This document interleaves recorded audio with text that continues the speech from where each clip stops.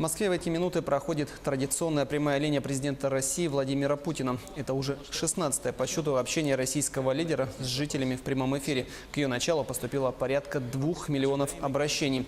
Отвечая на первый вопрос, в какую сторону сейчас движется Россия, Владимир Путин заявил, что в сторону белой полосы, в правильном направлении. Есть положительная динамика.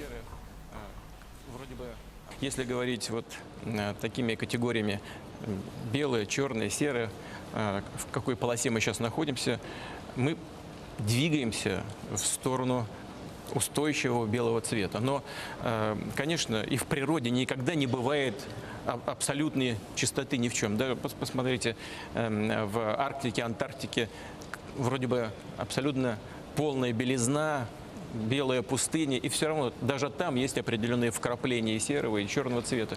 Также и у нас. Но в целом мы движемся в абсолютно правильном направлении. Что дает основание так говорить и так считать? Ну, во-первых, мы вышли на траекторию устойчивого роста экономики. Да, это пока рост скромный, небольшой, я уже об этом говорил, но это не падение, а рост.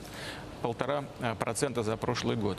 Растет промышленность, растет сельское хозяйство стабильно. И все это приобрело устойчивую тенденцию.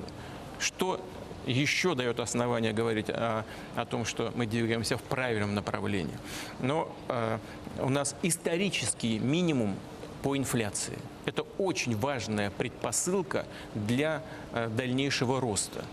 И это все на фоне ускоренного роста прямых инвестиций. За прошлый год 4,4%. Это очень хороший показатель. Это говорит о том, что в ближайшей перспективе рост тоже гарантирован, тоже обеспечен.